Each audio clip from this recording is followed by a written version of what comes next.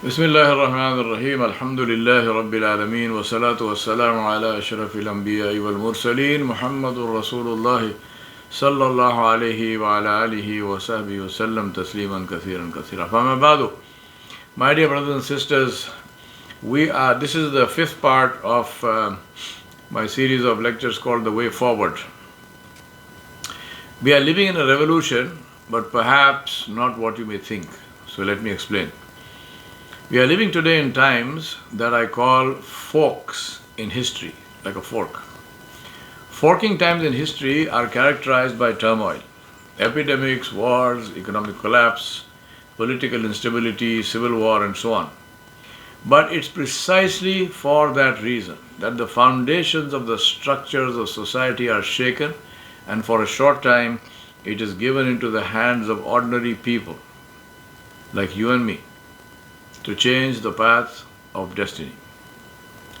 To give you a few examples from history, 1857, the War of Independence in India, the American Civil War, 1861 to 65, the First and Second World Wars, the Great Depression of 1930, which ended with the World War II in 1939, which shows that endings are not always happy, the Industrial Revolution, 1760 to 1840, are all markers in history of forks which led to a change in the destiny of the world. There were others, but this list will suffice for us to see how the decisions of people of the time, the leaders and followers, changed the path of destiny for others. We don't have the time to do an analysis of each of these events to point out what the decisions were. But we must do it because today, as I mentioned, we are living in another revolution. And what we choose to do or not to do will define the path of destiny for coming generations. Believe me, our destiny is in our own hands. And this is Islamic theology as well. In the hands of adults, not in the hands of children or the youth. It is we adults who created this society and we adults who can act to change it. That is why Rasulullah ﷺ focused on teaching adults. Children learn from adults, be those parents or teachers or others. What they learn, they teach their children. So be careful what you teach your children. Children listen with their eyes. They don't care what you say until they see what you do. We Muslims globally are like a ship caught in a storm, battered by winds and ocean currents, striving to drive it onto rocks. As captains of such a ship, we must do two paradoxical things simultaneously. One, be aware of the hostile forces that surround us, yet not allow them to distract us from our goal and our destination of navigating the ship safely out of the storm. The good news is that all storms end. The bad news is that any storm can sink a ship where the captain has no idea about the destination or how to get there. Navigation, whether it is of ships or of life, must be learnt. This means that we need to spend time and effort with teachers who know what to teach and how. It is not instant coffee. It won't happen in your spare time. This is the choice that each one of us must make, because it is we who will have to live our lives. If you think learning takes too long and is too expensive, try ignorance.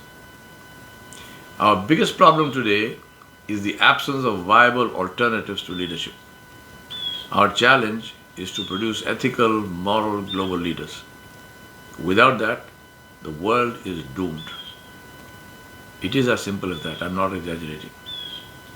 We are fed, and most of us believe and have internalized the myth that technology and wealth can solve all our problems.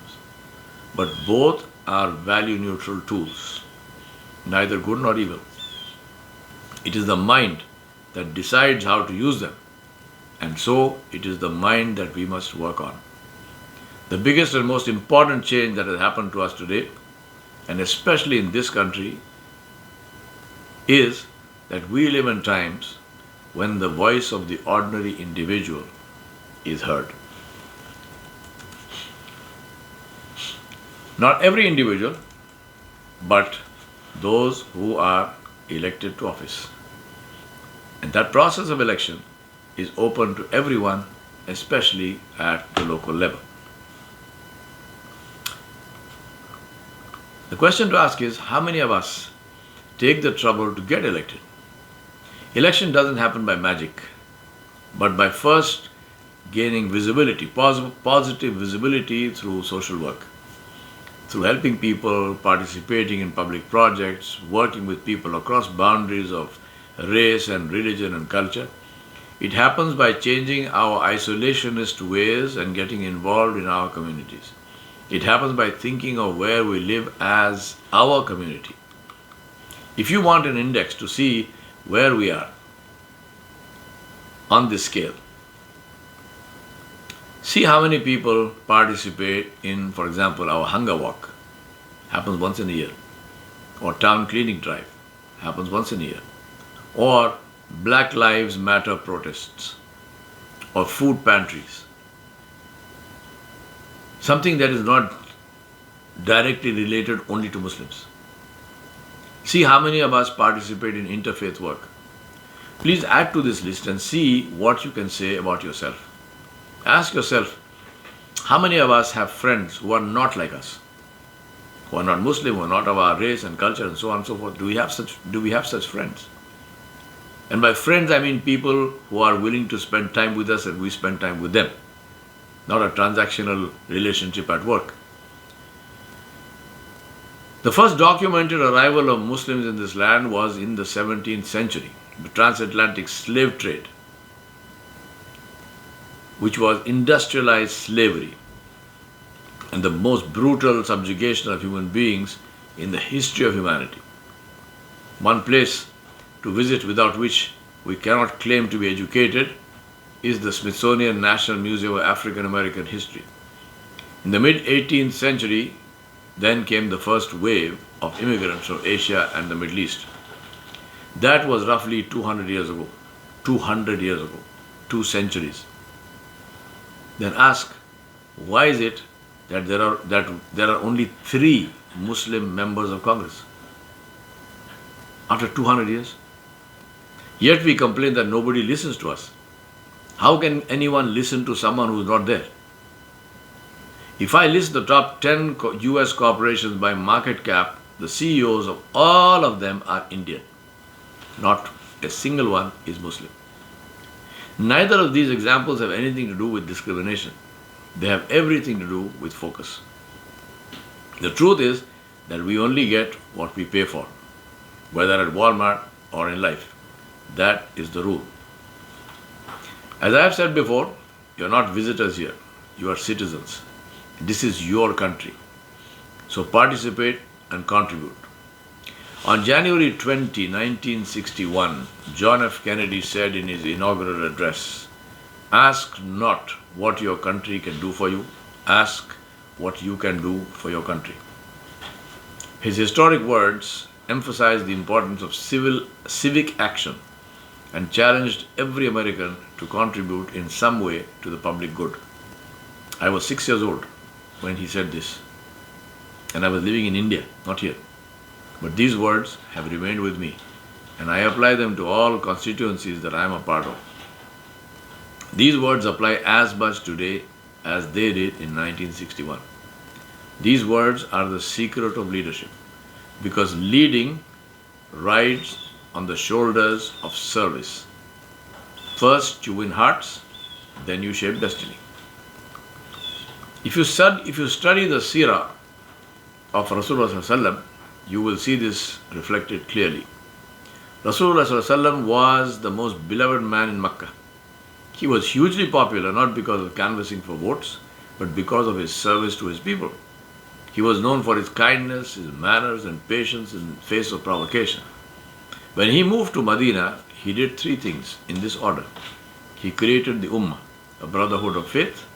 He built his masjid, and he created a constitution. That constitution was the most inclusive, egalitarian document that you can imagine, which recognized differences of the most fundamental kind, yet brought people together on issues of mutual importance. What do we need to do today? Follow the Sunnah. Treat every Muslim as your brother, because Allah subhanahu wa ta'ala gave them that place. Bring the masjid alive and learn to live and work with others and become valuable partners to them. Are we ready? Allah subhanahu wa ta'ala told us about what must bind us together as one brotherhood. He said, Jalla Jalaluhu, Inna hadhihi ummatukum ummatan wahida wa ana rabbukum fa'budun. In Surah Al-Anbiya he said, indeed, this religion of yours is only one, and I am your Rabb, so worship me alone. And in Surah Al-Mu'minun he said, وَإِنَّ هَذِهِ أُمَّتُكُمْ أُمَّةً وَاحِدَةً وَأَنَا رَبُّكُمْ فَاتَّقُونَ. He said, surely this religion of yours, this ummah of yours, this brotherhood of yours is only one, and I am your Rabb, so have taqwa of me. Be concerned about my pleasure alone.